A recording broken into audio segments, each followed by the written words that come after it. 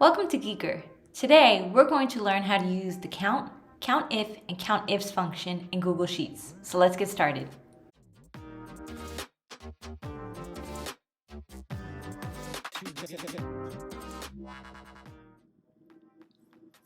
So here in this example, we have a ton of data from sales that we made within a certain period of time.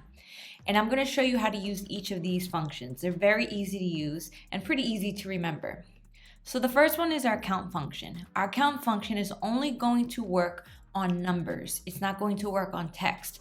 So let's say I have all of this information here, and all I really want to know at the end of the day is how many orders do we have in the list. So this is a simple one. So I'm going to hit equals count, and then I'm going to select the area that I want the count on.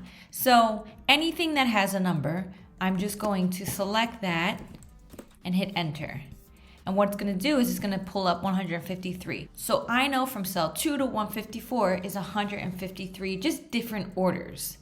Now, let's say I try this in column D. So let's see what happens. Nothing. And the reason why that happened is because it contains text. And so with the count function, it's only going to work on anything that has numbers. So again, it's only going to work on something like column E, or let's just even try column G, because these have numbers as well. And again, 153 orders. Now the countif function is really cool. And basically the easy way to remember this is to say, what do I want and where am I looking? So I want to know how many of all of these orders is for coffee. So the first thing you're going to do is you're going to start with your range. So I'm going to do equals countif. Now my range, where would I find coffee? I would find it in column C.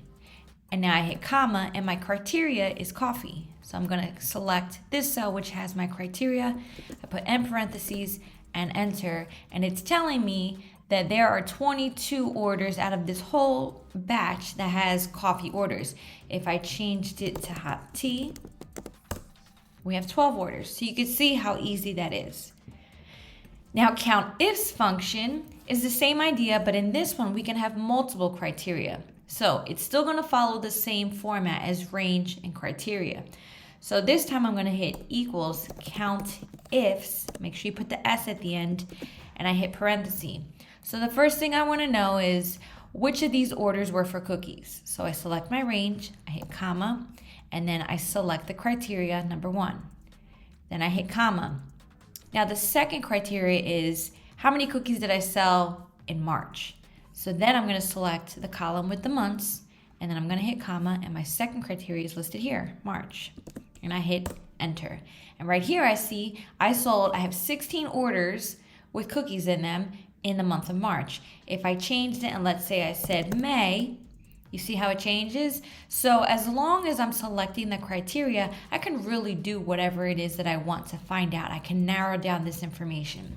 And that's it. That's how we use the count, countif, and countifs function in Google Sheets. Make sure you subscribe to our YouTube channel for more useful tips.